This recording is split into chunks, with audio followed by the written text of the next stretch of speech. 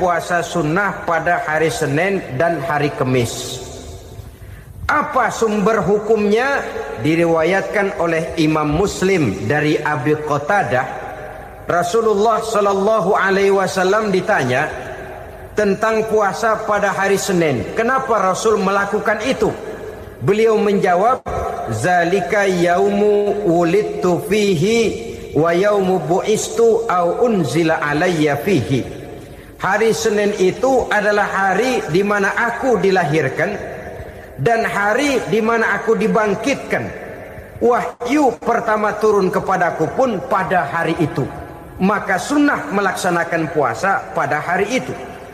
Adapun hari Kamis, ada hadis yang diriwayatkan oleh Imam Turmuzi dari Abi Hurairah, Nabi bersabda, tu'radul a'malu yaumul isnaini wal khamisi fa uhibbu ay yu'radu amali wa ana sha'im. Disetor amal setiap manusia pada hari Senin dan pada hari Kamis. Maka aku ingin, kata Nabi, agar pada saat amalku disetor itu aku sedang puasa. Jadi malaikat itu menurut riwayat ini mencatat dan menyetorkan catatan amalan seseorang pada hari Senin, hari Kamis. Tiap hari Senin amalan kita disetor oleh malaikat. Catatan terakhir tentu yang sedang kita kerjakan. Sehingga yang masuk daftar, saya tinggalkan orang ini, dia sedang puasa. Karena naik catatan amalnya pada hari Senin. Kamis diangkat lagi, catatan paling akhir, saya tinggalkan orang ini, dia sedang puasa. Itu makna fa uhibbu ayyurada amali wa ana shaim. Aku senang kalau pada saat amalku disetor, catatan paling akhir aku lagi puasa. Satu keistimewaan. Alangkah celaka tiap amalan disetor kita sedang berbuat jahat. Senin, Kamis, teler, mabok, judi. Tiap amalan disetor catatan akhirnya, saya tinggalkan si fulan lagi teler. Laporan Senin. Kamis laporan lagi, saya tinggalkan si fulan lagi mirit kartu. Saudara hadirin yang saya muliakan, alangkah jeleknya catatan kita. Oleh karena itu sunnah puasa pada hari Senin dan hari Kamis. Ini amalan sunnah, saudara-saudara. Dan oleh karena ini amalan sunnah, sebagian ulama memberikan penjelasan, walaupun lupa niat, kalau sudah malam itu lupa niat, boleh niatnya sudah siang puasa sunnah ini, dengan catatan dari pagi belum makan apa-apa. Malam saudara lupa, tahu-tahu ingat ini hari Senin, ini hari Senin, dah jam 10, niatlah jam 10 itu, sah puasanya asal dari pagi belum makan apa-apa. Tapi kalau sudah dapat 2 piring baru niat, jam 10 itu lain, ngojek namanya.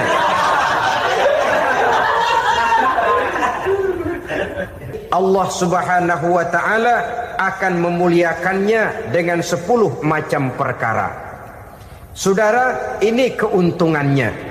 Yang pertama, orang yang puasa di hari-hari 10 bulan Zulhijjah diberikan al-barakah fi umrihi, diberikan keberkahan pada umurnya. Setiap kita ingin memperoleh umur yang berkah. Umur yang berkah itu yang bagaimana? Apa yang jumlahnya panjang? Mungkin. Tetapi yang jelas umur yang berkah ini adalah umur yang bisa dipertanggungjawabkan di hadapan Allah Subhanahu wa ta'ala. Artinya umur yang diisi penuh dengan kebajikan, umur yang diisi dengan segala macam kegiatan ibadah, dan umur yang dengan demikian sungguh pun kita sudah mati, jasad terkubur dalam tanah, nama kita akan tetap hidup, dikenal orang oleh karena kebajikan yang kita kerjakan. Saya kira akan lebih merupakan azab ketimbang nikmat kalau orang diberikan umur panjang tapi hanya untuk menumpuk-numpuk dosa saja. Kan lebih baik mana? Umur pendek banyak pahala, umur panjang banyak dosa. Lebih baik mana? Saya yakin yang paling baik tentu umur panjang banyak pahala. Paling sial umur pendek dosa melulu. Sudah diberikan umur pendek tidak seberapa, dosa berlipat ganda. Itu kalau orang kampung bilang tekor namanya. Rugi. Umur pendek hanya untuk menumpuk-numpuk dosa. Boleh jadi kalau umat-umat zaman dulu, saudara, mereka diberikan umur panjang. Nabi Adam, kita tahu Nabi Adam itu 2000 tahun umurnya. Nabi Nuh 950 tahun. Umatnya ya rata-rata segitu itu. Nah, kalau mereka misalnya punya umur 800 tahun, lalu 200 tahun mereka melakukan dosa, kan masih punya restan 600 tahun untuk taubat. Karena umurnya diberikan jatah panjang. Kita ini oleh Allah Subhanahu wa taala, umat Nabi Muhammad ini umurnya pendek-pendek. Kalau nyontoh Nabi 63 tahun saja. Kalau diberikan 70 tahun umur kita sekarang, itu sudah dapat jatah lebih 7 tahun. Alhamdulillah bahwa Allah memberikan saat-saat, waktu-waktu, tempat-tempat yang punya nilai istimewa, sehingga umur yang pendek ini bisa bernilai panjang, nilai ibadahnya bisa bernilai pahala seperti umat yang berumur panjang dahulu itu. Karena itu manfaatkan umur dengan baik, dan salah satu keberkahan daripada umur akan datang dengan melaksanakan ibadah puasa sunnah. Ini yang pertama. Yang kedua, az-ziyadatu fi malihi, berikan tambahan hartanya, menjadi orang kaya. Kaya apa? Kaya hati setidak-tidaknya. Karena dengan tekun dan rajin melaksanakan ibadah puasa, yang segera tertanam dalam jiwa seseorang merasakan cukup di dalam kehidupan. Itulah dia orang yang paling kaya, orang yang hidupnya paling cukup. Kalau orang sudah merasa cukup dalam hidupnya, maka itulah dia orang yang kaya. Saudara-saudara kaum muslimin rahimakumullah, puasa sunnah memberikan tambahan harta. Usahanya berkembang, dengan demikian membawa keberkahan, hartanya makin bertambah, akan menunjang ibadahnya kepada Allah, lebih memantapkan dan membawa ketenangan dalam hidupnya. Itu termasuk berkahnya melaksanakan puasa sunnah itu. Yang ketiga, al-hifzu fi iyalihi, diberikan penjagaan, perlindungan terhadap keluarganya. Anaknya sehat, sanak famili dan handai tolannya terjaga dan terpelihara dari segala malapetaka, dari segala mara bahaya. Kesehatannya terjamin dan terpelihara. Itu sudah merupakan modal yang sangat besar di dalam kita mengarungi kehidupan. Sebab rasanya sulit untuk bahagia. Duit kita banyak sekali. Usaha kita selalu mendatangkan untung yang berlipat ganda. Tapi sebentar-sebentar anak kita sakit, yang ampek, yang korengan, yang kena musibah, ndak tak karu-karuan sakit, berobat sampai jutaan rupiah. Itu kan sudah tidak membawa kebahagiaan. Uang masuk yang begitu banyak jumlahnya, habis akhirnya untuk berobat saja.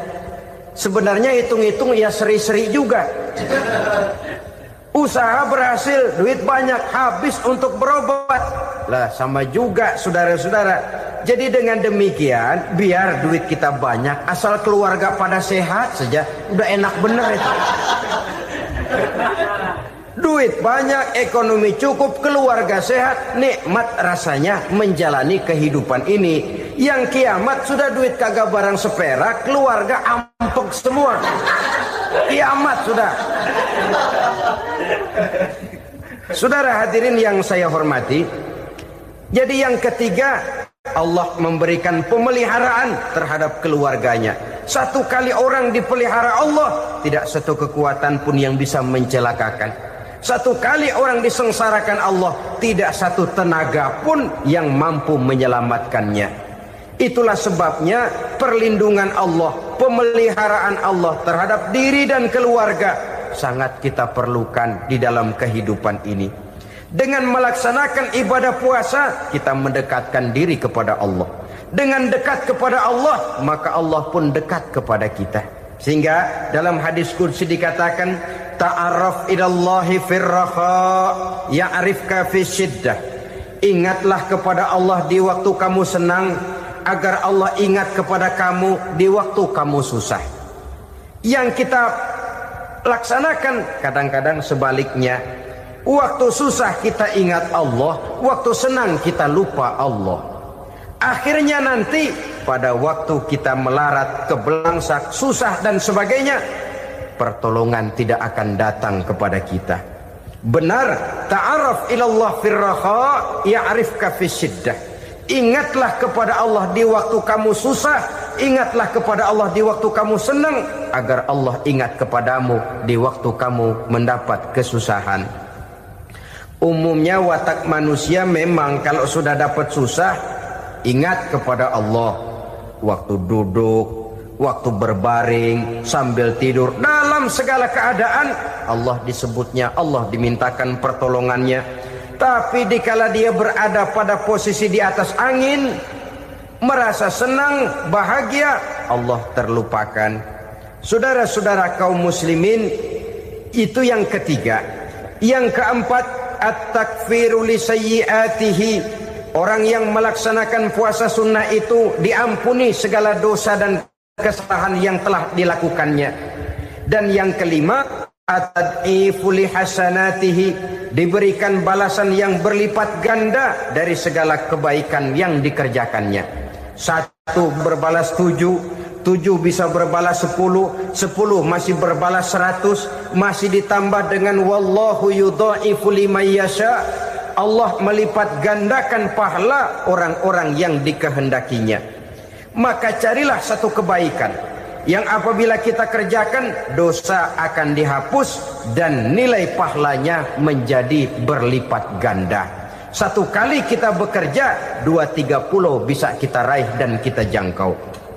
Yang keenam, orang yang melaksanakan puasa sunnah di bulan Zulhijjah, at-tashil li sakarati mautihi, diberikan kemudahan pada saat menghadapi sakaratul maut. Maut a mysterious problem. Dia adalah pintu yang setiap orang pasti akan memasukinya. Bahwa mati adalah mati, itu semua kita tahu. Tapi hakikat orang pada saat menghadapi mati itu kan berbeda-beda. Ada yang matinya itu gampang sekali, persis orang tidur saja, tidak nampak gelisah, tidak bikin susah yang hidup, tidak gelimpangan di tempat tidur, persis seperti orang mau tidur saja. Ada yang sulit sekali menghadapi sakaratul maut, gelimpangan di tempat tidur, bikin bingung orang yang nunggu. Kadang-kadang seperti kerbau digorok lehernya. Saudara-saudara, sulit menghadapi sakaratul maut. Oleh karena itu Rasulullah sallallahu alaihi wasallam sering beliau itu kalau berdoa membaca Allahumma hawin alayya fi sakaratil maut. Ya Allah, mudahkan saya di dalam menghadapi sakaratul maut. Rasulullah saja, saudara, orang yang ibadahnya paling banyak, orang yang hatinya paling bersih, orang yang akhlaknya paling luhur, masih berdoa semacam ini. Mohon dimudahkan oleh Allah agar mudah menghadapi sakaratul maut. Apalagi kita, terus terang kita ini paling-paling kelas muhtalid, bangsa sama pahala mau sama dosa doyan. Lebih perlu lagi menghadapi sakaratul maut, sehingga apabila malaikat maut datang menjemput nyawa kita, dimudahkan, jangan dibikin sulit, supaya mudah. Jadilah orang baik-baik. Biasanya kalau banyak yang mati, malaikat maut juga kali main-mainin dulu tuh orang. kutak-katik, ditakut-takutin dan segala macam. Saudara hadirin yang saya hormati, maka menghadapi sakaratul maut ini merupakan kunci. Apakah seseorang bisa husnul khatimah atau bisa su'ul khatimah? Salah satu jalan untuk memudahkan diri menghadapi sakaratul maut, melaksanakan puasa sunnah di bulan Zulhijjah ini. Yang ketujuh, ad-diya'u li zulumati qabrihi, diberikan terang di alam kuburnya. Kubur, saudara tahu, saudara tentu sering lihat orang dimasukkan ke liang lahat, ditutup dengan papan, dinding ari kata kita di kampung, lalu diuruk lagi dengan tanah. Dalamnya liang lahat, gelapnya liang lahat, gelapnya diuruk dengan tanah, gelapnya di dalam kubur, tiga gelap yang menjadi satu. Bapak moyangnya gelap.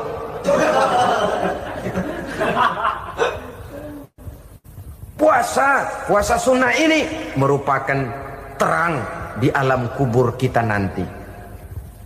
Yang kedelapan, at-tasqil limizanihi, diberikan keringanan pada timbangan di hari akhirat nanti. Bahwa setelah dibangkitkan dari kubur, setiap kita akan menghadapi perhitungan, akan ditimbang segala macam kebaikan dan segala macam kejahatan yang pernah kita lakukan di dalam kehidupan. Orang yang melaksanakan ibadah puasa sunnah, at-tasqilu limizanihi, diberikan keringanan timbangan hari akhiratnya nanti.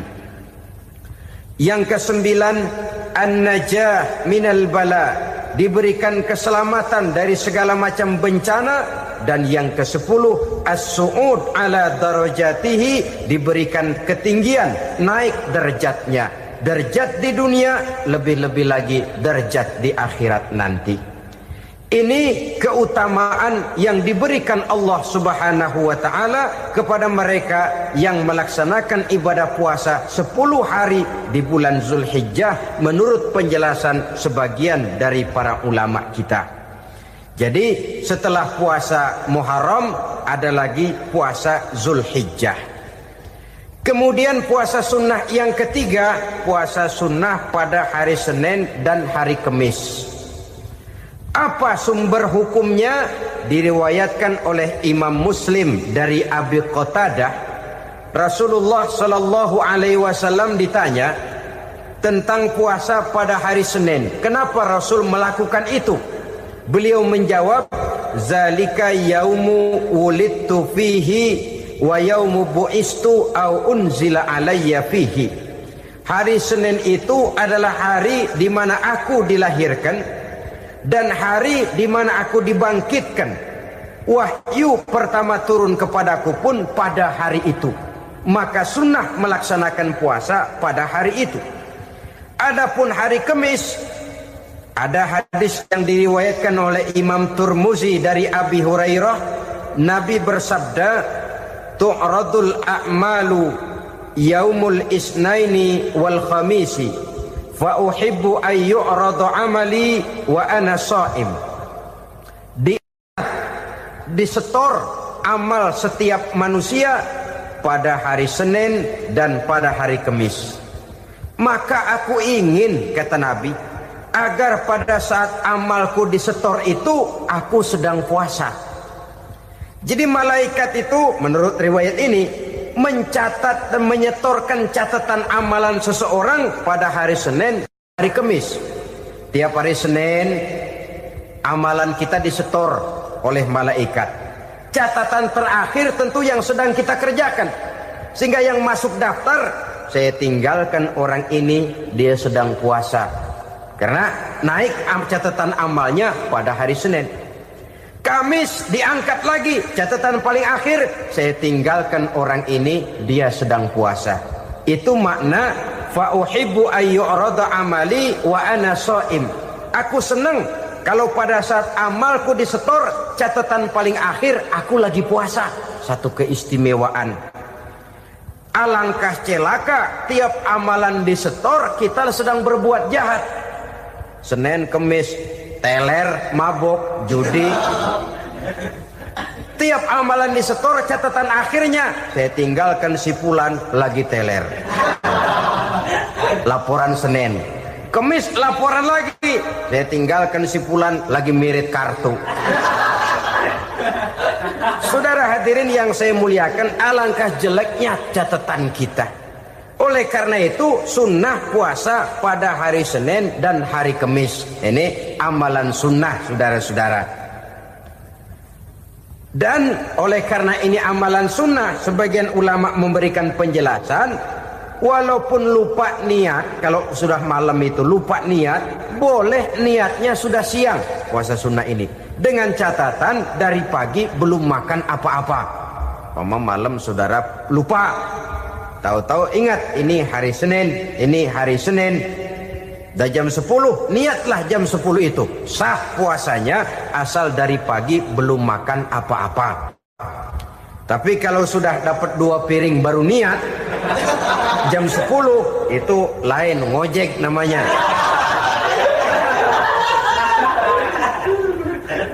Jadi puasa sunnah yang ketiga, puasa pada hari Senin dan hari Kamis.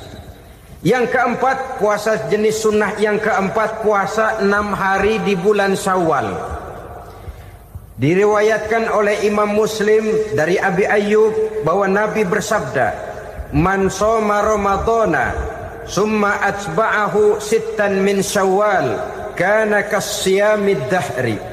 Barang siapa yang berpuasa di bulan Ramadan, kemudian diikutinya dengan 6 hari di bulan Syawal, maka dia seolah-olah seperti orang yang berpuasa 1 abad lamanya.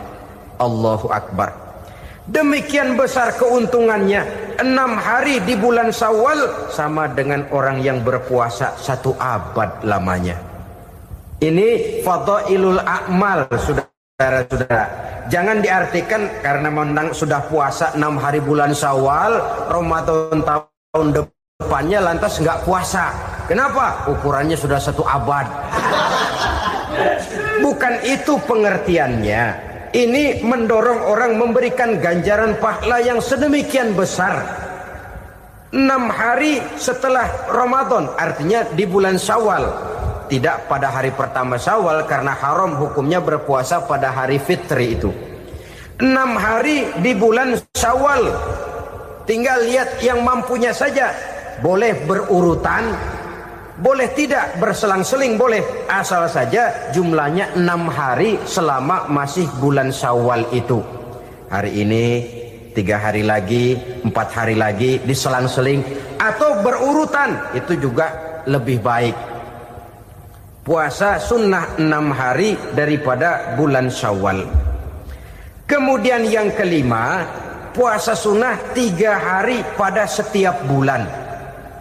3 hari pada setiap bulan. Diriwayatkan oleh Imam Bukhari dan Muslim dari Abi Hurairah. Abi Hurairah bercerita, "Ausani khalili sallallahu alaihi wasallam bisalasin." Kekasih saya Rasulullah berwasiat kepada saya, memesankan benar-benar kepada saya untuk melaksanakan 3 amalan yang terpuji. Pertama, siyamu salasati ayyamin min kulli syahrin. Puasa 3 hari dalam setiap bulan. Ini wasiat yang pertama. 3 hari pada setiap bulan. Tidak peduli bulan apa saja. Dalam artian ya bulan menurut perhitungan Islam ya. Muharram, Safar, Rabiul Awal, Rabiul Tsani, Jumadal Ula, Jumadil Akhir, Rajab, Sya'ban, Ramadan, Syawal, Zulqa'dah, Zulhijjah dan selanjutnya. 3 hari pada setiap bulan. Tanggalnya tanggal berapa saja. Lebih utama pada yang disebut Yaumul Bid, yaitu hari-hari di mana bulan menunjukkan purnama. Tanggal 13, tanggal 14 dan tanggal 15 pada setiap bulannya itu disunahkan melaksanakan puasa. Itu wasiat pertama, puasa 3 hari pada setiap bulan. Wasiat yang kedua, wa raka'atai duha, melaksanakan sholat duha sekurang-kurangnya 2 rakaat. Itu wasiat yang dipesankan benar kepada saya, kata Abi Hurairah. Pertama, puasa 3 hari pada setiap bulan. Yang kedua, usahakan jangan meninggalkan 2 rakaat minimal daripada sembahyang duha. Kita tahu sembahyang duha itu sembahyang sunnah di waktu pagi seketika matahari naik sepenggalahan. Sekurang-kurangnya 2 rakaat, sebanyak-banyaknya 8 rakaat. Di antara fadilah atau keutamaan daripada sholat duha ini yaitu menyangkut masalah rezeki dan usaha. Kemudian wasiat yang ketiga, wa an utira qabla an anama. Beliau sangat berwasiat kepada saya untuk sholat witir sebelum tidur. Artinya sholat malam sebagai amalan sunnah di dalam kehidupan kita. Jadi saudara-saudara, dalam hidup ini kita akan selalu berbentur dengan keperluan. Kalau pada satu saat kita sudah sampai kepada tahap berpikir ini keperluan saya, tentu hal-hal semacam ini akan kita kerjakan. Kita belum tergerak melaksanakan ini semua oleh karena barangkali kita merasa belum memerlukannya. Karena itu marilah kita berusaha di samping melaksanakan puasa yang wajib juga melaksanakan puasa yang sunnah di dalam kehidupan kita. Ini jenis puasa-puasa yang sunnah. Kemudian yang kedua, ada macam puasa yang disebut puasa nazar. Hukum pelaksanaannya wajib apabila nazarnya sudah terwujud. Puasa nazar, puasa yang dikaitkan dengan suatu persoalan.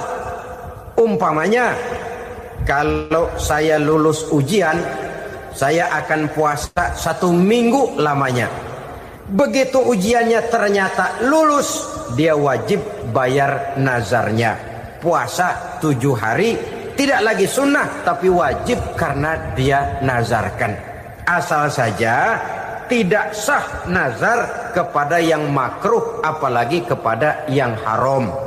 Umpamanya nazar kalau tembus 6 nomor mau puasa 3 hari.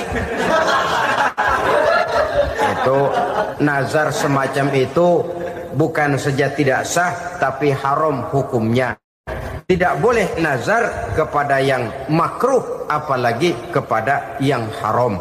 Jadi apabila maksud yang sudah kita niatkan tercapai, wajiblah nazar itu dibayar, yaitu kalau nazarnya sunnah melaksanakan ibadah puasa.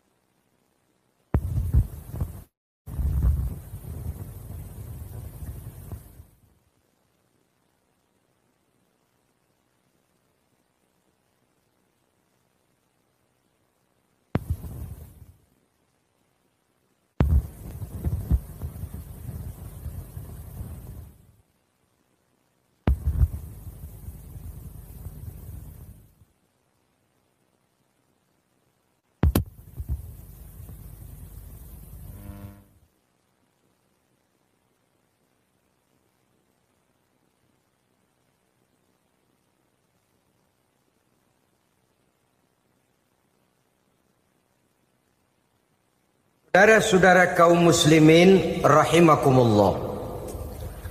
Jenis puasa yang ketiga kita kenal dengan puasa wajib. Dan ini kita laksanakan pada bulan suci Ramadan. Tentang teknis pelaksanaan ibadah puasa di bulan Ramadan sudah pernah saya bicarakan pada pertemuan tentang Ramadan dan Idul Fitri. Pada kesempatan ini saya hanya ingin mengajak bahwa di dalam melaksanakan ibadah puasa Ramadan ini marilah kita mengadakan evaluasi. Kenapa demikian? Barangkali secara jujur walaupun agak berat saya masih harus berkata masih banyak di antara kita umat Islam yang di dalam melaksanakan suatu ibadah terjebak dalam rutinitas ritual. Apa itu rutinitas ritual? Itu bahasa susah. Berhubung saya tidak ingin bicara yang susah-susah, kita bicara yang mudah-mudah saja. Maksud saya, banyak di antara kita umat Islam yang di dalam melaksanakan suatu ibadah itu hanya dengan prinsip asal sekadar gugur kewajiban saja. Akibatnya, sampai sejauh mana ibadah itu berhasil membentuk kepribadian diri kita, kita jarang mengadakan evaluasi dan penilaian. Salat yang penting gugur kewajiban. Puasa yang penting sudah gugur kewajiban. Haji yang penting sudah gugur kewajiban. Maka jangan heran kalau itu yang jadi prinsip, ibadah lantas tidak punya dampak dalam membentuk kepribadian diri. Banyak orang yang rajin sholat tapi munkarnya jalan terus. Sampai kadang-kadang kita bingung, yang sembahyang dia, yang nyolong dia. Puasanya kelihatannya tekun, tapi tidak punya kepekaan sosial. Sama yatim piatu bersifat masa bodoh, sama fakir miskin malah gemes.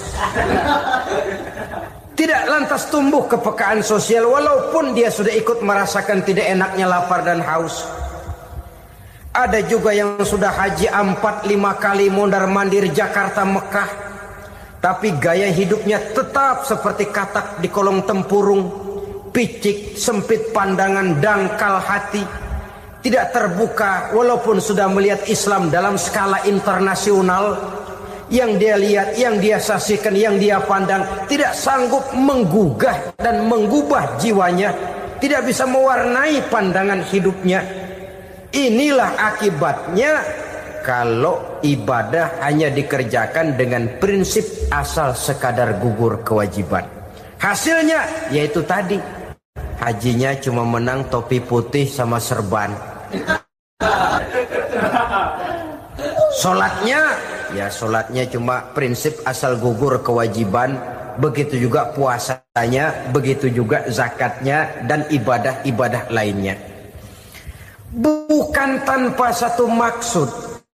Jikalau Allah Subhanahu wa taala memerintahkan kita melaksanakan ibadah puasa di bulan suci Ramadan, bahkan maksud itu sangat pada penghujung ayat yang memerintahkan kita puasa. Ya ayyuhalladzina amanu kutiba alaikumus syiyam kama kutiba alal ladzina min qablikum la'allakum tattaqun. Orang yang beriman diwajibkan atas kamu berpuasa, telah diwajibkan juga kepada orang-orang yang sebelum kamu, la'allakum tattaqun, agar kamu dengan puasa itu menjadi manusia yang bertakwa kepada Allah Subhanahu wa taala. Dengan kata lain, berhasil atau tidak puasa Ramadan kita ini akan nampak takwa kita meningkat atau tidak setelah kita melaksanakan ibadah puasa. Sehingga kalau orang mengatakan Ramadan itu merupakan month of training, bulan latihan, keluar latihan tentu harus semakin naik dan baik gaya kehidupan kita. Jadi tujuan utama daripada pelaksanaan ibadah puasa adalah untuk membentuk manusia yang bertakwa. Nah, takwa itu kata Imam Qusairi hurufnya ada 4. Ta, qaf, wawu, ya. Masing-masing huruf ini simbol dari pribadi orang yang bertakwa, bina dan dibentuk oleh pelaksanaan puasanya. Mari kita lihat. Huruf ta adalah lambang dari sifat tawadhu, rendah hati. Orang yang bertakwa, orang yang tidak mempunyai sifat sombong. Puasa menanamkan kita kesadaran terhadap kelemahan, terhadap keterbatasan, terhadap segala ketidakmampuan yang kita miliki. Ya Allah, baru sehari nggak kena makan, nggak kena minum, sudah begini lemesnya. Puasa memang, kalau pagi orang masih sehat, masih terdorong oleh sahur. Siang masih lumayan, tapi zuhur ke atas biasanya mulai sikap lemah manusiawi, keterbatasan kekuatan biologis itu mulai nampak. Dari sini tanam satu kesadaran. Kalau begitu apa yang mau disembuhkan di hadapan Allah? Kaya, siapa sih orang paling kaya? Ilmu, siapa sih orang paling pintar? Pangkat, siapa sih orang paling tinggi jabatannya? Dari sifat semacam ini lahir introspeksi. Rasa mawas diri, timbul sifat tawaduknya, rendah hatinya, tidak melonjak menjadi angkuh dan sombong lantaran sedikit kemampuan dan kekuatan yang dimilikinya. Lalu untuk sikap yang lebih jauh, terbentuklah apa yang dinamakan stabilitas temperatur batin. Orang tetap konstan menjaga nilai-nilai idealisme yang pernah dimilikinya. Dia mulai dengan adil, dia berjalan tetap dengan keadilan, dan dia berakhir juga tetap dalam keadilan. Jangan mulainya adil, tengahnya setengah adil, di akhirnya malah zolim sama sekali. Ini tidak punya stabilitas temperatur batin. Kan banyak orang begitu toh.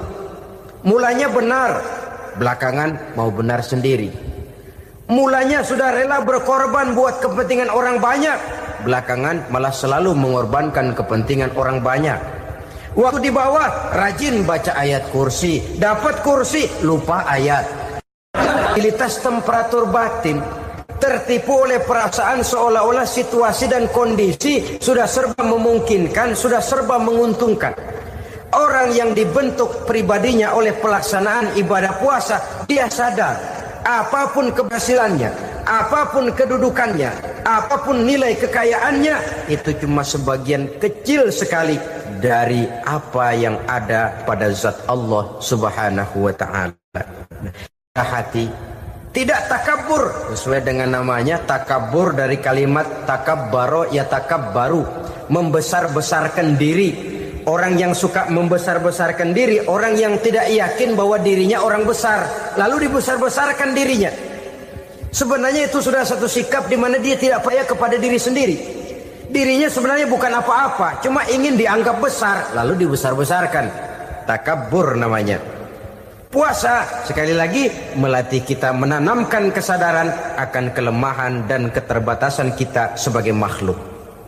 Itu sikap tawadu. Fir'aun, saudara tahu Fir'aun, lama-lama dia jadi raja, lupa diri dan lupa daratan, melonjak menjadi angkuh dan sombong sampai kepada puncak kekurang ajarannya, memproklamirkan dirinya menjadi Tuhan. Hitler juga begitu. Pendeknya, orang manakala tidak ada kesadaran tentang dari mana segalanya berasal dan kemana segalanya akan kembali, dia mudah out of control. Kalau sudah out kontrol, maka dia akan melakukan perbuatan yang melampaui batas. Itu yang pertama. Jadi orang takwa, orang yang rendah hati, salah satu tujuan daripada pelaksanaan ibadah puasa menanamkan sikap rendah hati. Dari sikap rendah hati ini yang timbul lalu apa? Kepekaan sosial. Kalau saya puasa, saya sudah merasakan bagaimana tidak enaknya lapar. Saya sudah merasakan bagaimana tidak enaknya haus. Tapi bagaimanapun, saya lapar cuma sebentar, saya haus cuma sebentar. Selesai maghrib, lapar saya hilang, haus saya hilang. Bagaimana yatim piatu, orang-orang tua jompo yang perlu santunan, orang-orang miskin yang terkapar di kolong-kolong jembatan, yang tiap hari merasakan perasaan seperti ini, tanpa tahu kapan hidup dan nasibnya akan berubah. Tidur beratapkan langit, berselimut koran. Kalau demikian, saya ini beruntung. Kalau demikian, apa yang bisa saya lakukan untuk mereka? Kepekaan sosial ini lalu timbul dalam apa yang orang sekarang namakan solidaritas kesetiakawanan sosial. Hidup tidak hanya untuk kepentingan diri dan perutnya sendiri saja, tapi mau menolong, mau membantu orang yang memang memerlukan bantuan dan pertolongan itu sendiri. Jangan setelah tahu lapar tidak enak, haus tidak enak, tapi kita tidak mau tenggang rasa, tidak mau timbang rasa. Begini loh tidak enaknya lapar, begini loh tidak enaknya haus. Ini terjadi pada diri saya. Saya masih mampu, masih berbuka puasa. Bagaimana yang tiap hari merasakan seperti ini? Tidak Ramadan, tidak Syawal, tidak Zulqa'dah, tidak Zulhijjah. Selalu kelaparan dan kehausan. Dari sana timbul kepekaan sosial. Lalu lahirlah sikap pemurah, dermawan, mau menoleh ke kiri dan ke kanan. Bahkan Al-Quran itu sampai mengancam betul. Ara'aital ladzi yukadzibu bid-din fadzalikal ladzi yad'ul yatim wa la mendustakan agama. Islam mendustakan Islam. Salat dia tapi mendustakan salat. Puasa dia tapi mendustakan puasa. Siapa mereka itu? Fadzalikal ladzi yad'ul yatim. Merekalah orang-orang yang meninggalkan anak-anak yatim. Wa la yahuddu ala ta'amil miskin, dan tidak pernah memberi pertolongan, tidak memerintahkan memberi makan kepada fakir miskin, walaupun dia berada pada posisi dan kondisi yang memang dia mampu. Nah, kalau dia tidak mampu itu lain soal. Dia mampu, dia tahu dan dia diam saja. Itu termasuk yukadzibu biddin. Orang-orang yang mendustakan agama. Berlindung kita kepada Allah, jangan sampai termasuk ke dalam kelompok itu. Yang kedua saudara, huruf takwa itu qaf. Qaf adalah lambang dari sifat qanaah. Qanaah artinya merasa cukup. Puasa melatih kita untuk bersikap cukup dalam hidup. Kalau kita perturutkan menjelang saat berbuka, menunggu waktu berbuka, istilah orang di Jawa Barat ngabuburit katanya. Kita menunggu saat berbuka, segalanya saja ingin kita beli, segalanya saja ingin kita minum, semuanya saja ingin kita makan. Sebab nafsu sudah begitu berupa. Perut sudah sedemikian lapar, kerongkong sudah sedemikian haus. Rasanya semuanya saja ingin kita telan. Tapi tahukah kita bahwa setelah maghrib berbunyi, berapa banyak yang kita makan, berapa banyak yang kita minum? Sesuaikah dengan keinginan kita tadi siang? Tadi siang semuanya ingin kita makan, tadi siang semuanya ingin kita minum. Setelah berbuka, berapa banyak yang kita makan, berapa banyak yang kita minum? Itulah kehidupan. Segalanya ingin kita kuasai, segalanya ingin kita punyai, tapi berapa sih yang benar-benar kita perlukan? Maka orang kaya adalah orang yang hidupnya cukup. Orang miskin hakikat yang selalu merasa kurang. Bagaimanapun besar rumah, banyak uang kita, berpuluh kendaraan kita, kalau hidup selalu merasa kurang, itu artinya kita masih miskin. Maka jikalau ingin menjadi orang kaya, kuncinya hakikatnya cuma satu, hati kita merasa cukup dengan yang diberikan Allah, bersyukur atas segala nikmatnya, dan dengan syukur itu, nikmat itu akan ditambah oleh Allah Subhanahu wa ta'ala. Puasa menimbulkan sifat qanaah, dan qanaah adalah watak daripada orang-orang yang bertakwa kepada Allah Subhanahu wa ta'ala. Persis seperti orang minum air laut. Makin diminum, makin haus. Makin diminum, makin kering tenggorokan. Begitulah orang berhadapan dengan materi. Tadinya dia akan senang kalau dia merasa punya tanah ratusan hektar. Sudah ratusan hektar, tidak cukup ngelamun lagi. Alangkah nikmatnya kalau bisa beli gunung. Gunung dibeli. Sudah punya gunung, lihat laut. Aduh, kalau laut juga bisa dibeli, beli lagi laut. Sudah punya laut, lihat ke atas langit, ada yang jual apa enggak ya?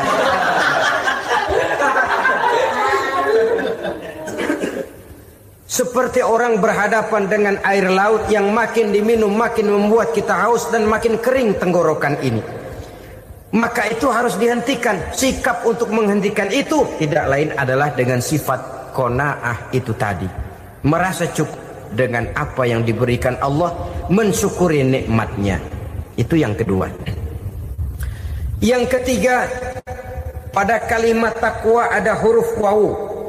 Wawu adalah simbol dari sifat wara dengan ain. Wara, orang yang terpelihara dirinya baik dari yang subuhat, lebih-lebih dari yang haram. Subuhat, saudara tahu, barang yang remeng-remeng. Tapi sungguh pun remeng-remeng, kira-kira prosentasenya 70-30. 70% haram, 30% kemungkinan halalnya. Maka yang subuhat lebih baik dijauhi daripada diambil. Orang yang punya kepribadian wara, dirinya terpelihara, jangankan dari yang haram, dari yang subuhat saja dia sanggup menjaga dan memelihara dirinya. Oleh karena itu saya heran, kalau orang di bulan Ramadan dia sanggup menjaga diri di waktu siang dari jenis makanan yang halal, dari jenis minuman yang haram. Ada tahu nganggur di meja siang, enggak dia makan. Ada air teh nganggur di meja siang, enggak dia makan. Padahal itu jenis makanan dan minuman yang halal. Tapi ketika datang maghrib, dia berbuka dengan makanan yang dibeli dari uang yang dihasilkan dengan cara yang haram. Bukankah itu sesuatu yang terbalik? Bukankah dengan demikian sudah tidak lagi menimbulkan sikap yang bisa memelihara dan menjaga kepribadian diri? Orang yang membiasakan diri terpelihara dari yang subuhat apalagi yang haram, maka baik yang dipakainya, yang diminumnya, yang dimakannya terdirilah dari barang-barang yang baik yang dihalalkan oleh agama. Wara. Kemudian yang keempat, pada huruf kalimat takwa ada huruf yakin. Huruf ya simbol dari sifat yakin. Orang yang puasa dibentuk kepribadiannya mempunyai satu keyakinan yang tangguh, dan keyakinan adalah ciri daripada orang yang takwa. Kita lihat yang dipanggil melaksanakan ibadah puasa ini kan iman. Karena memang sulit untuk melaksanakan puasa kalau tidak iman yang jadi dasar. Setidaknya seperti sudah pernah saya sampaikan, ibadah puasa ini memang sulit terkena penyakit show. Kalau kita sholat barangkali terangsang karena kelihatan orang lain. Kalau kita pergi haji mungkin jadi sugesti karena orang banyak tahu. Kalau kita bayar kita jadi terangsang karena banyak orang lihat. Tapi kalau sudah puasa, puasa itu kan yang tahu cuma kita dan Allah saja. Ya kita sholat, orang lain lihat, kita jadi rada semangat. Kita pergi haji, orang lain banyak ngantar, kita semangat. Kita bayar zakat, orang lain banyak saksikan, kita bersemangat. Tapi kita puasa, siapa yang mau nyaksiin kita puasa? Siapa yang mau memuji kita puasa? Siapa yang mau menyanjung kita puasa? Itu cuma urusan kita dan Allah. Oleh karenanya dasar daripada pelaksanaan ibadah yang harus sedikit tenggorokan segalanya jadi nikmatan. Tidak ada kerja yang lebih indah selain kerja yang didasarkan kepada satu keyakinan bahwa yang kita kerjakan itu adalah sesuatu yang benar. Dalam hal ini sesuatu yang diperintahkan oleh Allah Subhanahu wa taala kepada kita. Saudara-saudara kaum muslimin rahimakumullah. Demikianlah titik evaluasi kita. Jangan berpuasa hanya dengan prinsip asal sekadar menggugurkan kewajiban saja, yang akan berakibat Ramadan tahun ini berakhir begitu, Ramadan terjebak menjalani rutinitas ritualnya saja. Bahkan kadang-kadang yang nyata betul, Nabi menganjurkan tingkatkan ibadah pada 10 hari yang akhir di bulan Ramadan, tanggal 20 sampai akhir Ramadan. Yang kita praktekkan malah kegiatan ibadah kita justru menurun pada 20 Ramadan yang akhir. Coba lihat 20 Ramadan ke atas, itu pasukan tarawih paling kelas 60-70 tahun ke atas. Kemana yang lain sudah berpikir menghadapi lebaran, berpikir pulang mudik, berpikir macam-macam. Akibatnya konsentrasi ibadah lalu buyar. Dianjurkan Rasul, tingkatkan ibadah pada 10 hari yang terakhir. Kita malah makin ke akhir makin lancip.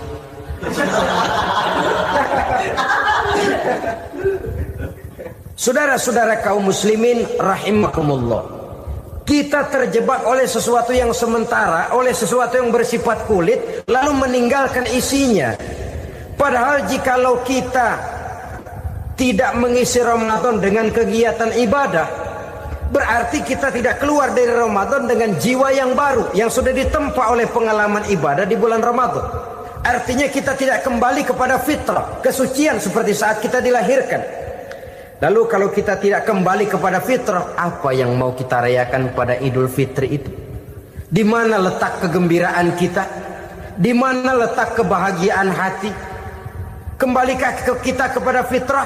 Tidak. Benarkah puasa yang kita kerjakan? Kelihatannya juga tidak. Adakah dampak dari pelaksanaan ibadah dalam pribadi kita? Tidak. Kadang-kadang Ramadan selesai malah teriak merdeka.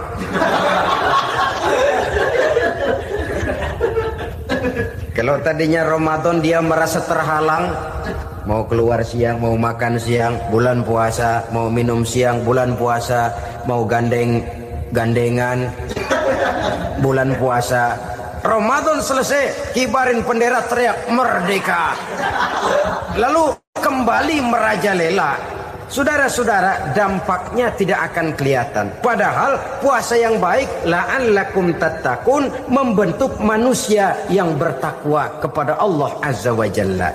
Nah, sekarang apa kemudahan dan keistimewaan yang akan diberikan Allah kepada mereka yang sampai kepada tingkat takwa ini?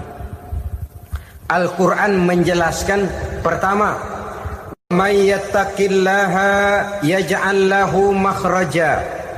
Barang siapa yang bertakwa kepada Allah Subhanahu wa taala, maka dia akan diberikan makhraja. Makhraja itu jalan keluar dari segala macam kesulitan. Jalan keluarnya ada saja. Menurut ukuran kemampuan dia tidak mungkin, mustahil, tidak bisa, mana mungkin.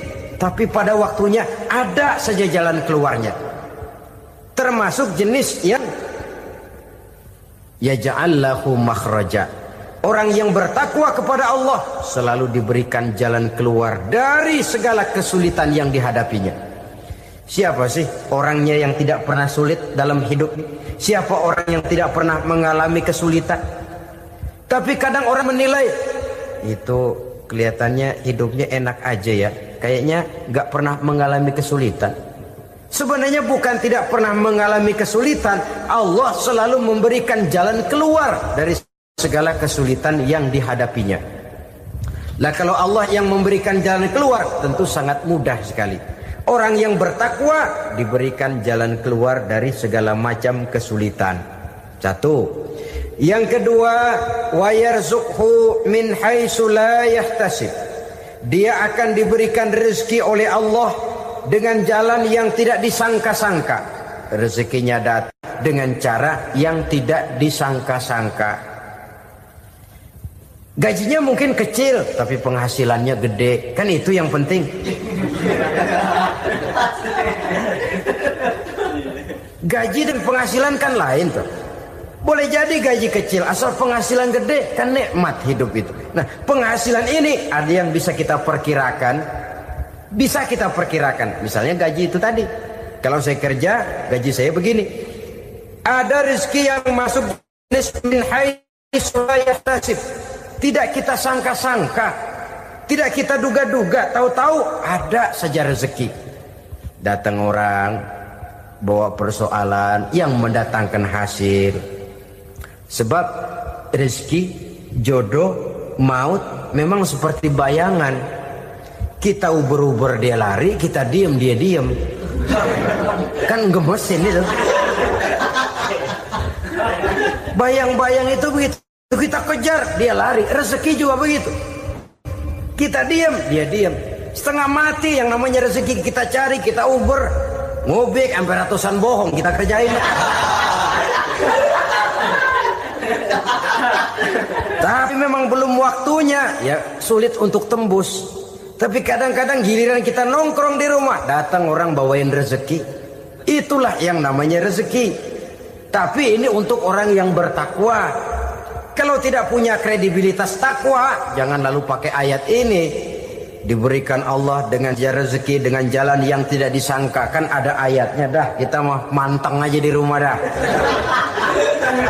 Ntar juga tuh rezeki datang. Ini fasilitas yang diberikan kepada orang yang wa may yattaqillah, bertakwa kepada Allah, yarzuqhu min haitsu la yahtasib, diberikan rezeki dengan cara yang tidak disangka-sangkanya. Maka kadar ketakwaan jangan membuat kita buruk sangka. Tuh orang ya nggak kemana-mana, duitnya ada aja. Kalau dia takwa, Allah berikan jalan keluar.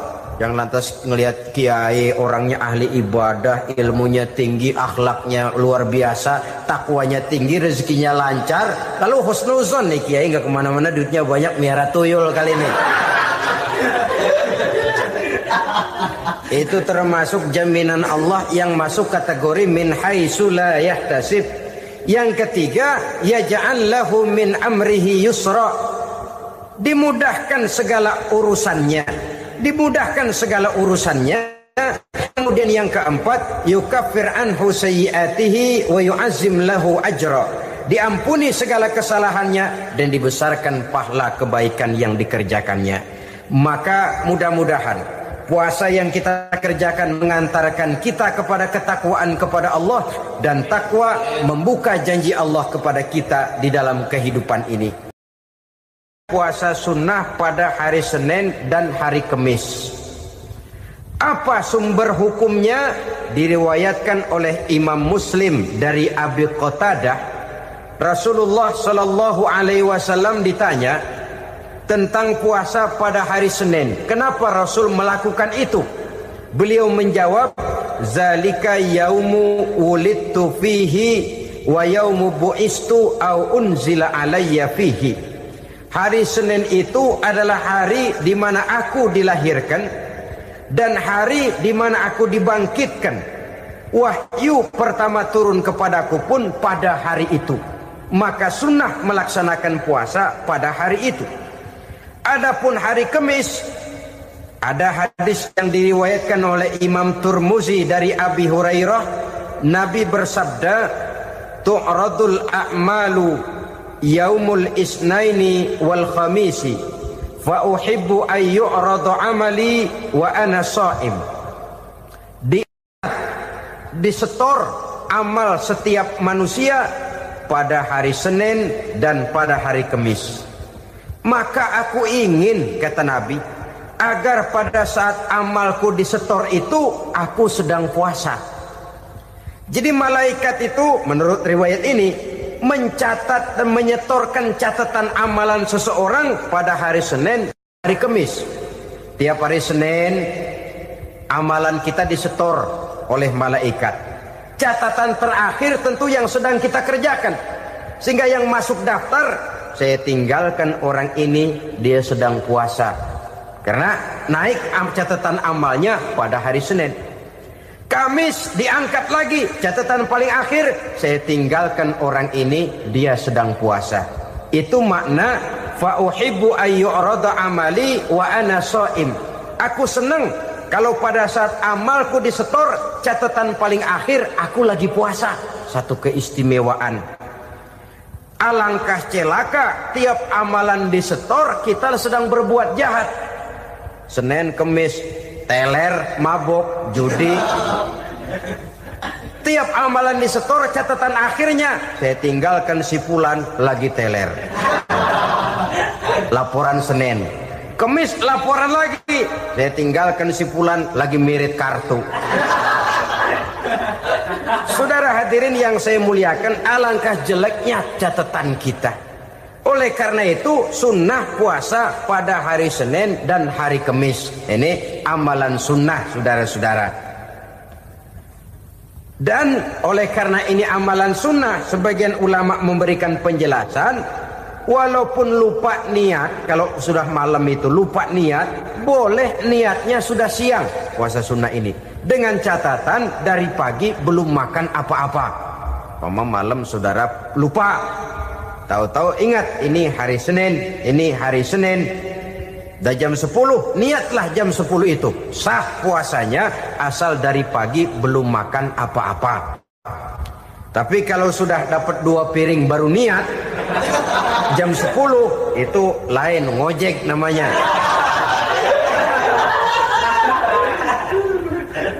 Allah Subhanahu wa ta'ala akan memuliakannya dengan 10 macam perkara.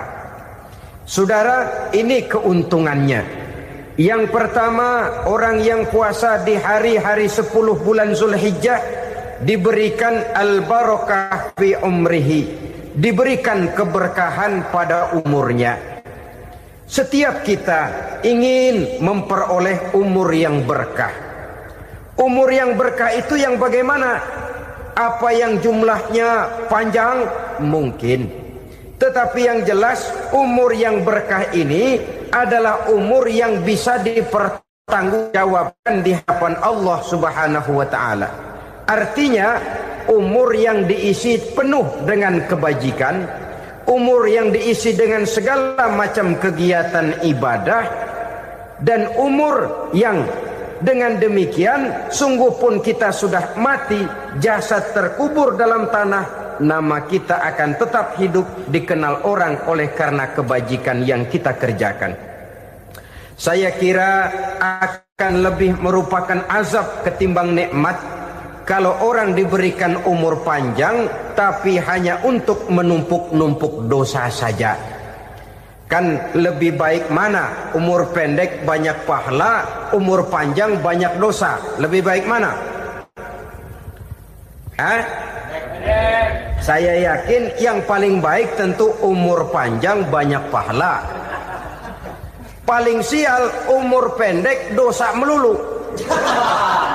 Sudah diberikan umur pendek, tidak seberapa, dosa berlipat ganda. Itu kalau orang kampung bilang tekor namanya. Rugi. Umur pendek hanya untuk menumpuk-numpuk dosa. Boleh jadi kalau umat-umat zaman dulu, saudara, mereka diberikan umur panjang. Nabi Adam, kita tahu Nabi Adam itu 2000 tahun umurnya. Nabi Nuh 950 tahun. Umatnya ya rata-rata segitu itu. Nah, kalau mereka misalnya punya umur 800 tahun, lalu 200 tahun mereka melakukan dosa, kan masih punya restan 600 tahun untuk taubat. Karena umurnya diberikan jatah panjang. Kita ini oleh Allah Subhanahu wa ta'ala, umat Nabi Muhammad ini umurnya pendek-pendek. Kalau nyontoh Nabi 63 tahun saja. Kalau diberikan 70 tahun umur kita sekarang, itu sudah dapat jatah lebih 7 tahun. Alhamdulillah bahwa Allah memberikan saat-saat, waktu-waktu, tempat-tempat yang punya nilai istimewa, sehingga umur yang pendek ini bisa bernilai panjang. Nilai ibadahnya bisa bernilai pahala seperti umat yang berumur panjang dahulu itu.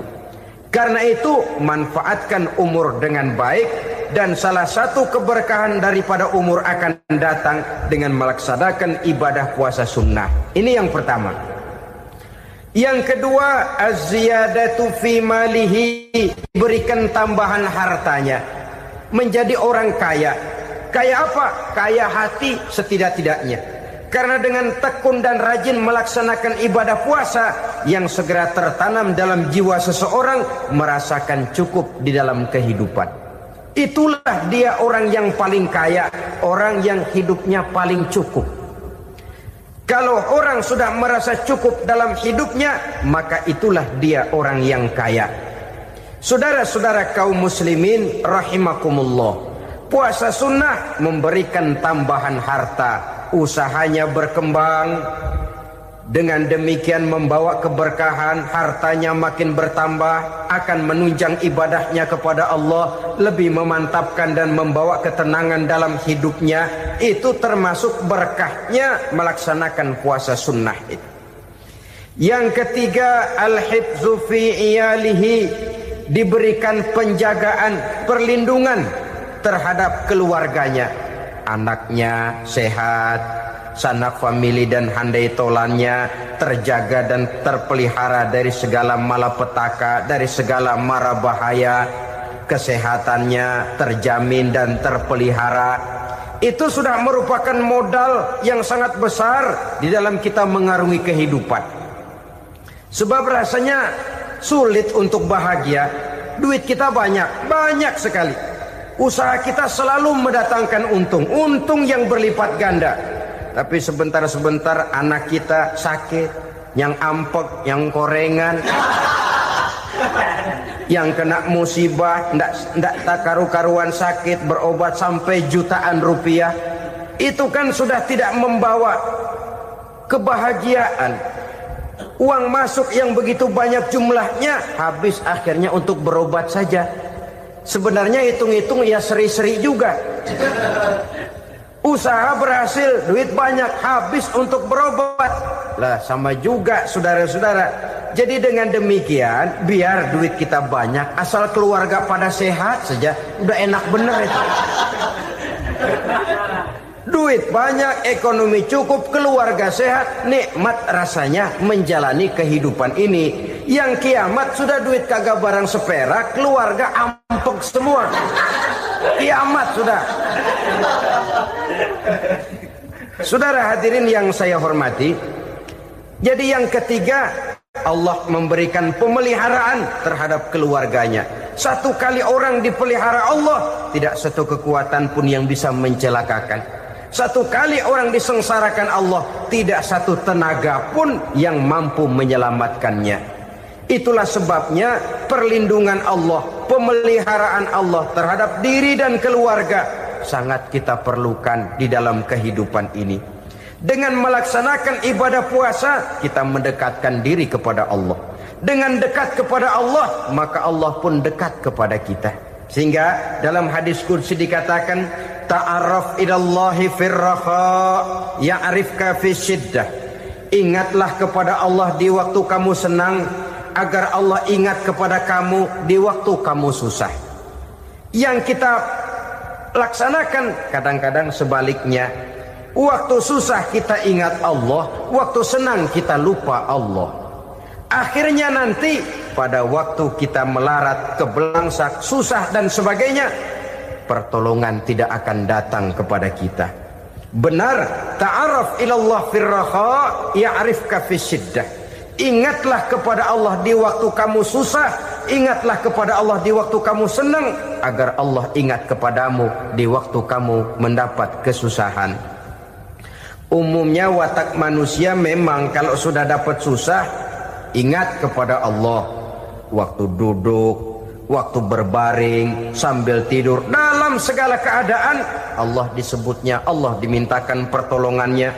Tapi dikala dia berada pada posisi di atas angin, merasa senang, bahagia, Allah terlupakan. Saudara-saudara kaum muslimin, itu yang ketiga.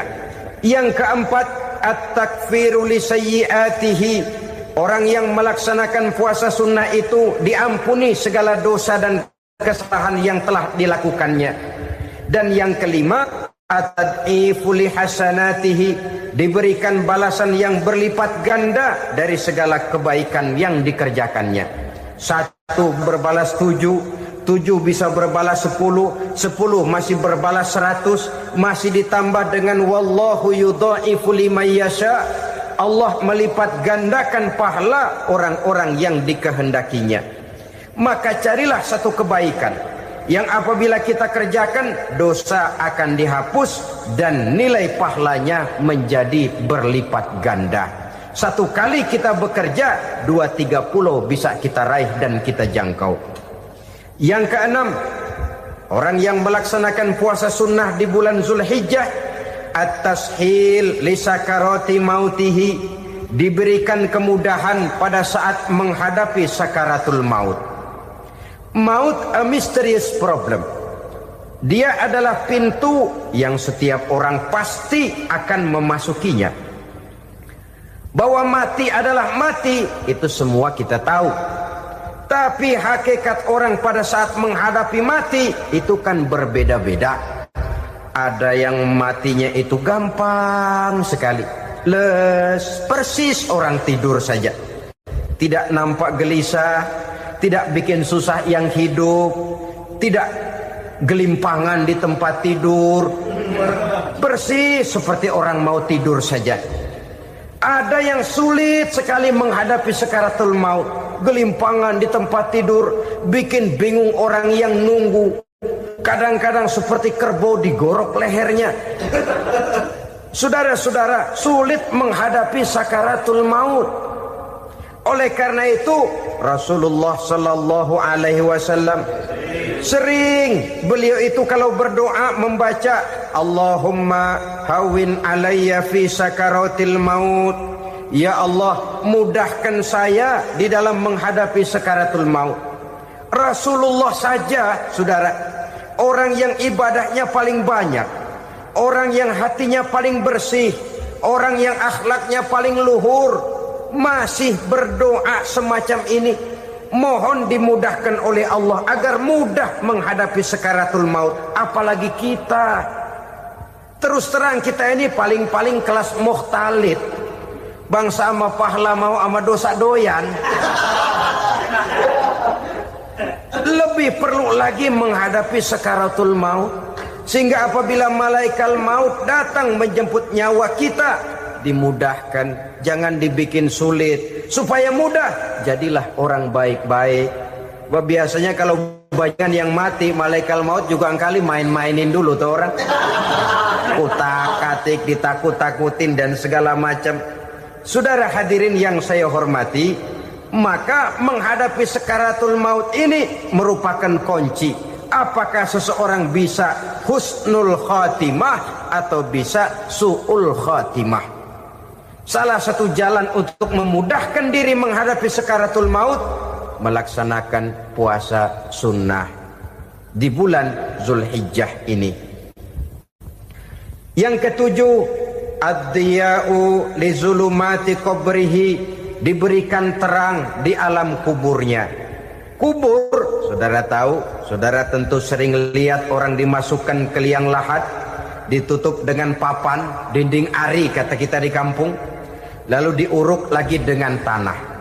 Dalamnya liang lahat, gelapnya liang lahat, gelapnya diuruk dengan tanah, gelapnya di dalam kubur, tiga gelap yang menjadi satu.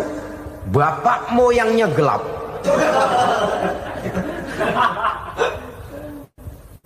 Puasa sunnah ini merupakan terang di alam kubur kita nanti. Yang kedelapan, at-tasqil limizanihi, diberikan keringanan pada timbangan di hari akhirat nanti. Bahwa setelah dibangkitkan dari kubur, setiap kita akan menghadapi perhitungan, akan ditimbang segala macam kebaikan dan segala macam kejahatan yang pernah kita lakukan di dalam kehidupan. Orang yang melaksanakan ibadah puasa sunnah, at-tasqilu limizanihi, diberikan keringanan timbangan hari akhiratnya nanti.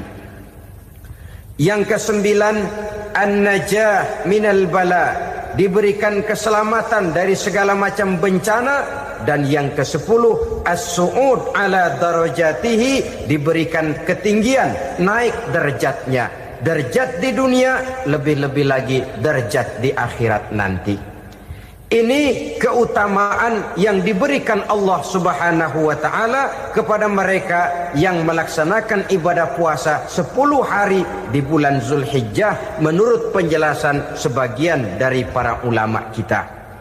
Jadi setelah puasa Muharram ada lagi puasa Zulhijjah. Kemudian puasa sunnah yang ketiga, puasa sunnah pada hari Senin dan hari Kamis. Apa sumber hukumnya? Diriwayatkan oleh Imam Muslim dari Abi Qatadah, Rasulullah sallallahu alaihi wasallam ditanya tentang puasa pada hari Senin. Kenapa Rasul melakukan itu? Beliau menjawab, zalika yaumu wulidtu fihi wa yaumu bu'istu au unzila alayya fihi. Hari Senin itu adalah hari di mana aku dilahirkan dan hari di mana aku dibangkitkan. Wahyu pertama turun kepadaku pun pada hari itu. Maka sunnah melaksanakan puasa pada hari itu. Adapun hari Kamis, ada hadis yang diriwayatkan oleh Imam Turmuzi dari Abi Hurairah, Nabi bersabda, tu'radul a'malu yaumul isnaini wal khamisi fa uhibbu ay yu'radu amali wa ana sha'im. Disetor amal setiap manusia pada hari Senin dan pada hari Kamis. Maka aku ingin, kata Nabi, agar pada saat amalku disetor itu aku sedang puasa. Jadi malaikat itu menurut riwayat ini mencatat dan menyetorkan catatan amalan seseorang pada hari Senin, hari Kamis. Tiap hari Senin amalan kita disetor oleh malaikat. Catatan terakhir tentu yang sedang kita kerjakan, sehingga yang masuk daftar, saya tinggalkan orang ini, dia sedang puasa, karena naik catatan amalnya pada hari Senin. Kamis diangkat lagi, catatan paling akhir, saya tinggalkan orang ini, dia sedang puasa. Itu makna fa uhibbu ayyurada amali wa ana shaim. Aku senang kalau pada saat amalku disetor, catatan paling akhir aku lagi puasa. Satu keistimewaan. Alangkah celaka tiap amalan disetor kita sedang berbuat jahat. Senin, Kamis, teler, mabok, judi. Tiap amalan disetor catatan akhirnya, saya tinggalkan si fulan lagi teler. Laporan Senin. Kamis laporan lagi, saya tinggalkan si fulan lagi mirip kartu. Saudara hadirin yang saya muliakan, alangkah jeleknya catatan kita. Oleh karena itu sunnah puasa pada hari Senin dan hari Kamis. Ini amalan sunnah, saudara-saudara. Dan oleh karena ini amalan sunnah, sebagian ulama memberikan penjelasan, walaupun lupa niat, kalau sudah malam itu lupa niat, boleh niatnya sudah siang puasa sunnah ini, dengan catatan dari pagi belum makan apa-apa. Malam saudara lupa, tahu-tahu ingat ini hari Senin, dah jam 10, niatlah jam 10 itu, sah puasanya asal dari pagi belum makan apa-apa. Tapi kalau sudah dapat 2 piring baru niat, jam 10 itu lain, ngojek namanya.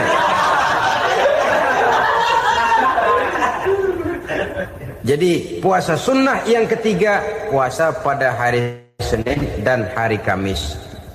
Yang keempat, puasa jenis sunnah yang keempat, puasa 6 hari di bulan Syawal.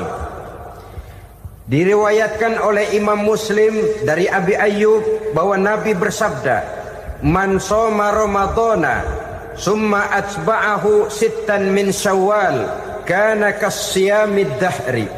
Barang siapa yang berpuasa di bulan Ramadan, kemudian diikutinya dengan 6 hari di bulan Syawal, maka dia seolah-olah seperti orang yang berpuasa 1 abad lamanya. Allahu Akbar. Demikian besar keuntungannya. 6 hari di bulan Syawal sama dengan orang yang berpuasa 1 abad lamanya. Ini fadailul a'mal, saudara-saudara.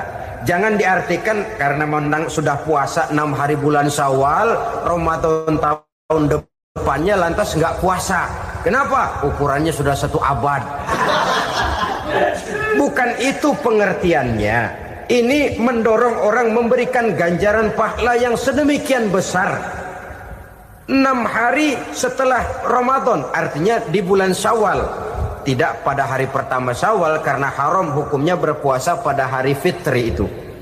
6 hari di bulan Syawal. Tinggal lihat yang mampunya saja. Boleh berurutan, boleh tidak berselang-seling, boleh. Asal saja jumlahnya 6 hari selama masih bulan Syawal itu.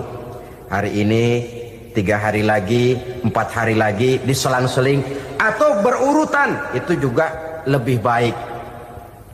Puasa sunnah 6 hari daripada bulan Syawal.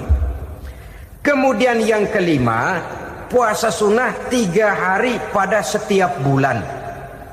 3 hari pada setiap bulan. Diriwayatkan oleh Imam Bukhari dan Muslim dari Abi Hurairah.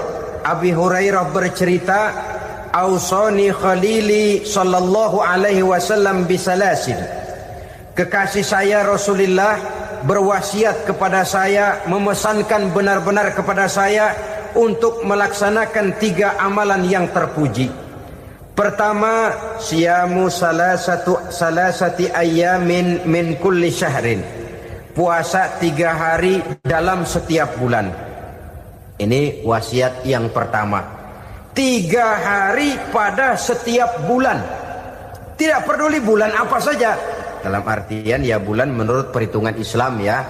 Muharram, Safar, Rabiul Awal, Rabiul Tsani, Jumadal Ula, Jumadil Akhir, Rajab, Sya'ban, Ramadan, Syawal, Zulqa'dah, Zulhijjah dan selanjutnya. 3 hari pada setiap bulan. Tanggalnya tanggal berapa saja. Lebih utama pada yang disebut Yaumul Bid, yaitu hari-hari di mana bulan menunjukkan purnama. Tanggal 13, tanggal 14 dan tanggal 15 pada setiap bulannya itu disunahkan melaksanakan puasa. Itu wasiat pertama, puasa 3 hari pada setiap bulan. Wasiat yang kedua, waraqatai duha, melaksanakan sholat duha sekurang-kurangnya 2 rakaat. Itu wasiat yang dipesankan benar kepada saya, kata Abi Hurairah. Pertama, puasa 3 hari pada setiap bulan. Yang kedua, usahakan jangan meninggalkan 2 rakaat minimal daripada sembahyang duha. Kita tahu sembahyang duha itu sembahyang sunnah di waktu pagi seketika matahari naik sepenggalahan. Sekurang-kurangnya 2 rakaat, sebanyak-banyaknya 8 rakaat. Di antara fadilah atau keutamaan daripada sholat duha ini yaitu menyangkut masalah rezeki dan usaha. Kemudian wasiat yang ketiga, wa an utira qabla an anama. Beliau sangat berwasiat kepada saya untuk sholat witir sebelum tidur. Artinya sholat malam sebagai amalan sunnah di dalam kehidupan kita. Jadi saudara-saudara, dalam hidup ini kita akan selalu berbentur dengan keperluan. Kalau pada satu saat kita sudah sampai kepada tahap berpikir ini keperluan saya, tentu hal-hal semacam ini akan kita kerjakan. Kita belum tergerak melaksanakan ini semua oleh karena barangkali kita merasa belum memerlukannya. Karena itu, marilah kita berusaha di samping melaksanakan puasa yang wajib, juga melaksanakan puasa yang sunnah di dalam kehidupan kita. Ini jenis puasa-puasa yang sunnah. Kemudian yang kedua, ada macam puasa yang disebut puasa nazar. Hukum pelaksanaannya wajib apabila nazarnya sudah terwujud. Puasa nazar, puasa yang dikaitkan dengan suatu persoalan. Umpamanya, kalau saya lulus ujian, saya akan puasa 1 minggu lamanya. Begitu ujiannya ternyata lulus, dia wajib bayar nazarnya. Puasa 7 hari, tidak lagi sunnah, tapi wajib karena dia nazarkan. Asal saja tidak sah nazar kepada yang makruh, apalagi kepada yang haram. Umpamanya nazar, kalau tembus 6 nomor mau puasa 3 hari. Itu nazar semacam itu bukan saja tidak sah, tapi haram hukumnya. Tidak boleh nazar kepada yang makruh, apalagi kepada yang haram. Jadi apabila maksud yang sudah kita niatkan tercapai, wajiblah nazar itu dibayar, yaitu kalau nazarnya sunnah, melaksanakan ibadah puasa.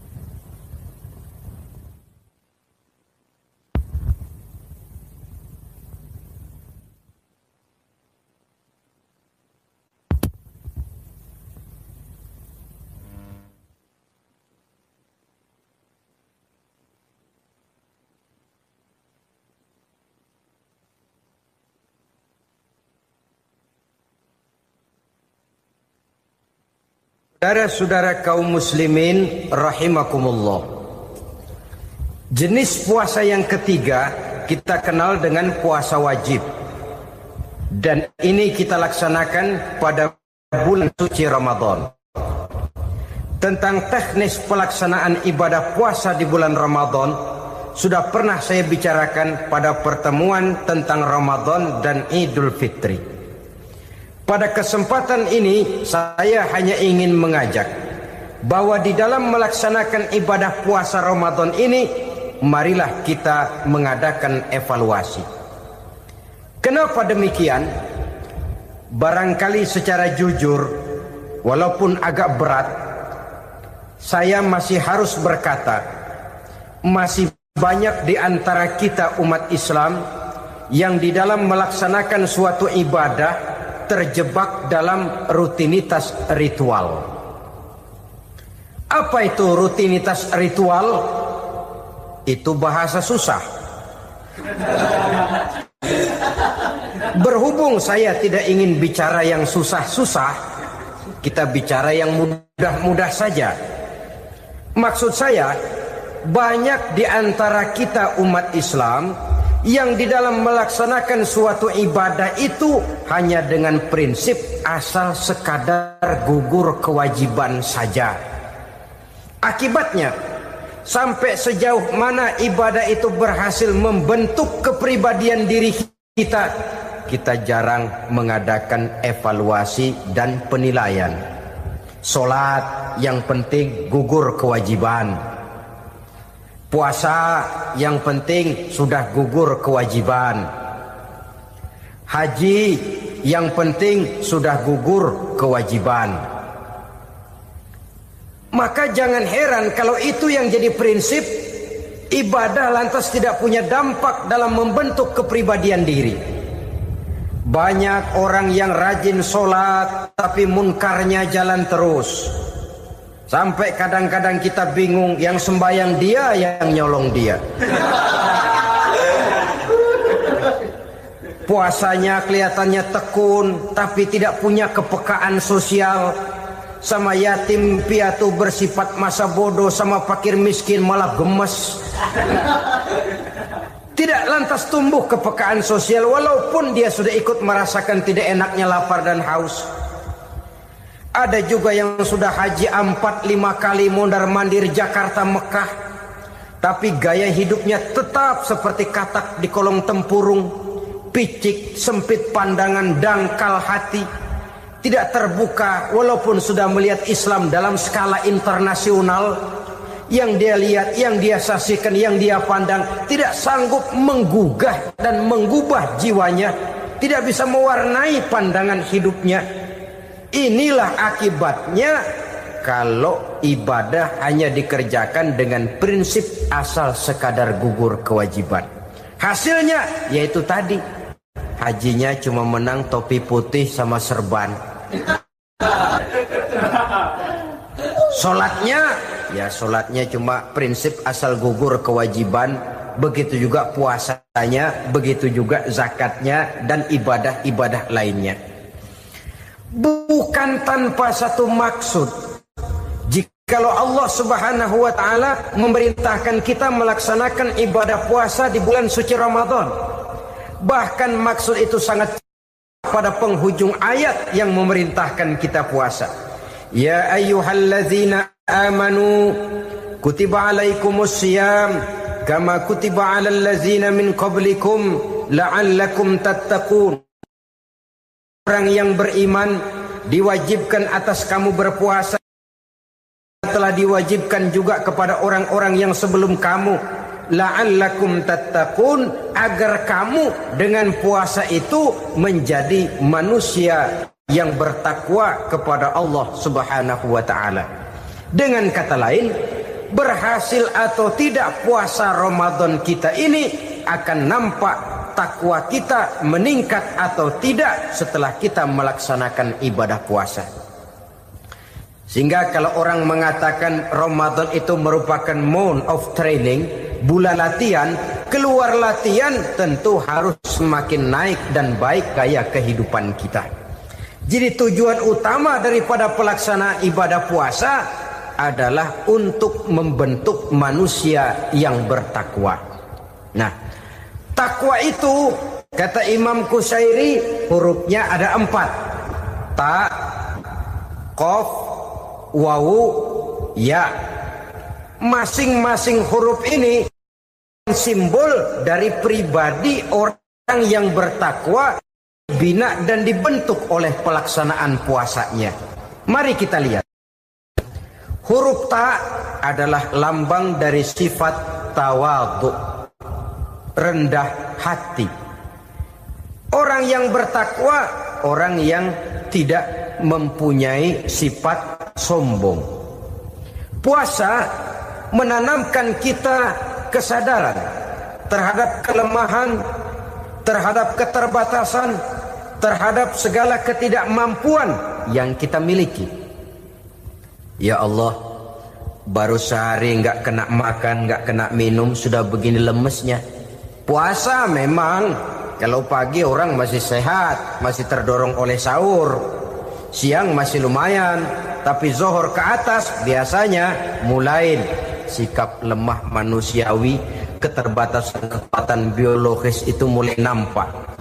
Dari sini tanam satu kesadaran.